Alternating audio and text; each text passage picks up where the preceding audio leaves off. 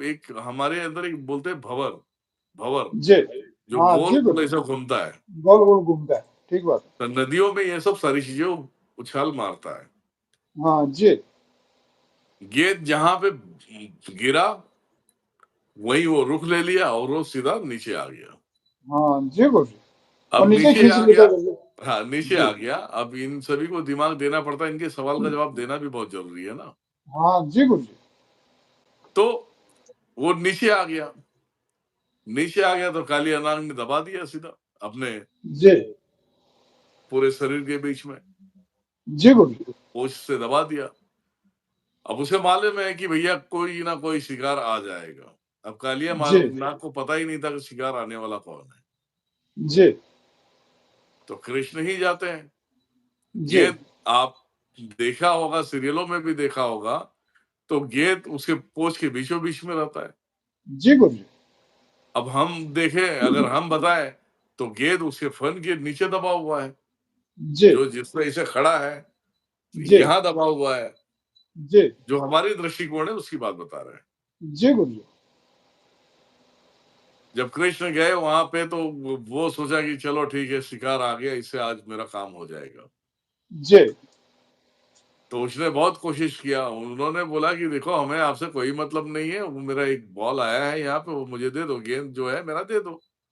जी। बोलता तू गेंद मुझसे लेके जाएगा। जी।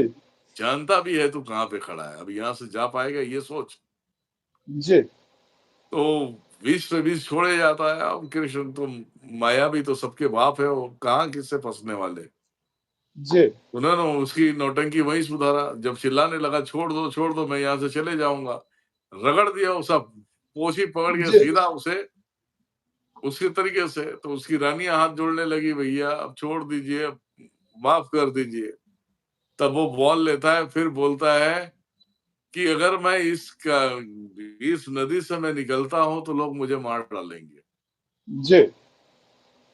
क्योंकि मैं नागवंशियों से बहुत दूर हूँ मैं, इनसे अलग होके मैं अब यहाँ पे छुपा पड़ा हूँ मैं, क्योंकि जी। मुझे भगा दिया गया था।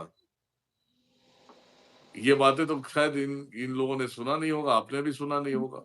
हाँ, नहीं गुरुजी।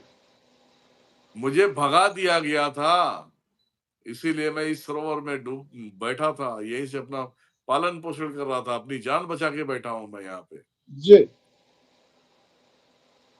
अगर आप कह रहे हैं कृष्ण कि मैं चला जाऊँ, तो मैं चला तो जाऊँगा, लेकिन मैं जीवित नहीं रहूँगा।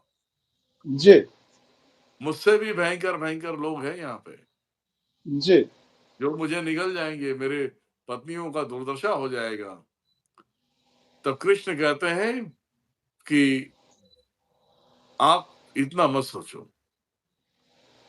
मुझे बाहर तक निकालो और तुम्हारे फन से सवारी करते हुए जाने वाला, और तुम्हारे फन पे जो मेरे चरण पड़ेंगे, उस चरण को देख के हर एक दुश्मन तुम्हारा मुँह मोड़ लेगा। जी, गुरुजी। तब कालिया नाग दंडवत होता उनके सामने, उनकी पत्नियाँ दंडवत होती हैं। जी। तब कालिया नाग के सर पे आते हैं, नाचते हुए आते हैं, और वही पैर के निशान से उसे सारे नागवंशियों ने माफ़ किया। जी, गुरुजी। नाग जातियों ने माफ़ किया। जी। क्योंकि कालिया नाग का जो एक आचरण रहा है, वो भी बहुत गलत रहा है, लेकिन अपनाया है उसने। जी। तो उसके लिए तो माफ़ी नहीं थी, लेकिन अब वो इतने सालों से वहाँ पड़ा है, और कहाँ पे पड़ा है, जहाँ कृष्ण ने अपनी बचपना निकाली है। जी। और कृष्ण के सामने अगर कोई आके अगर बोले कि मेरी ऐसी-ऐसी दुर्दशा है, तो कृष्ण उसे तो मुक्त ही करेंगे ना भैया, उसे थोड़ी छोड़ देंगे हाँ, कि मेरे राज्य में बिल्कुल। है, मेरे गाँव में है। जी। कल कल के तारीख में अगर ये बाहर भी अगर जाना जाएगा, तो ये जाना जाएगा कि ये मेरे गाँव का है, जी, गुरुजी। मेरे जन्म